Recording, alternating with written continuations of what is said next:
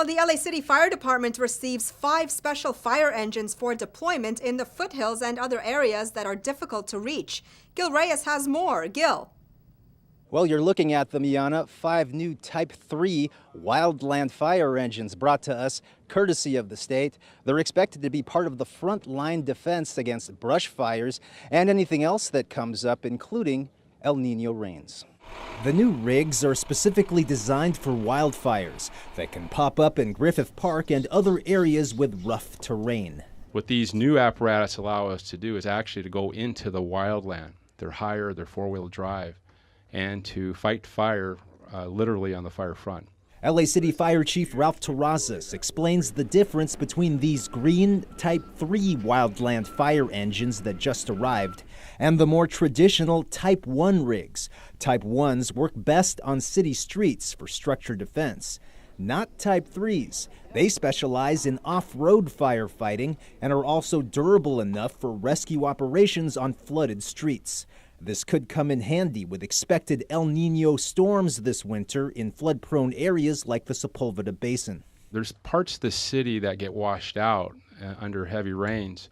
What this will allow us to do is to use these apparatus to cross those areas that get washed out, and it makes those hard-to-reach places much more accessible and therefore a greater degree of safety to the public. The 5 engines come to us from the Governor's Office of Emergency Services and are housed at city fire stations in Los Feliz and the San Fernando Valley. We are so thankful for all you do to keep our neighborhoods safe. In an era when fire season in Los Angeles now lasts all year long.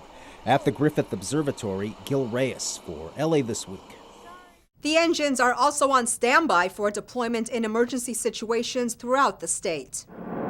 While the LA and county fire departments have joined a new charity, they're part of a growing number of fire departments handing out gift cards issued by the California Fire Foundation to help victims of tragedy. Ana Marcos explains. Rafael Rodriguez and his family saw their house go up in flames last Thanksgiving. It was devastating. It was devastating, and we were shocked. But LA firefighters came through big time, giving the family donations and toys for the girls, hosting them at a family holiday dinner, and giving them a $100 so-called SAVE gift card that allowed them to buy basic necessities. And what does $100 buy? A lot, when we don't have anything. So they went out and they bought shoes, and they bought coats and clothes for their family, and that was a start to be able to do that. When you lose everything, let me tell you something, things like shoes and a shirt for your back become very important. The LA County and LA Fire Departments have become the latest fire agencies to join the SAVE program, which stands for Supplying Aid to Victims of Emergency. The charity program, which issues the gift card, is run by the California Fire Foundation.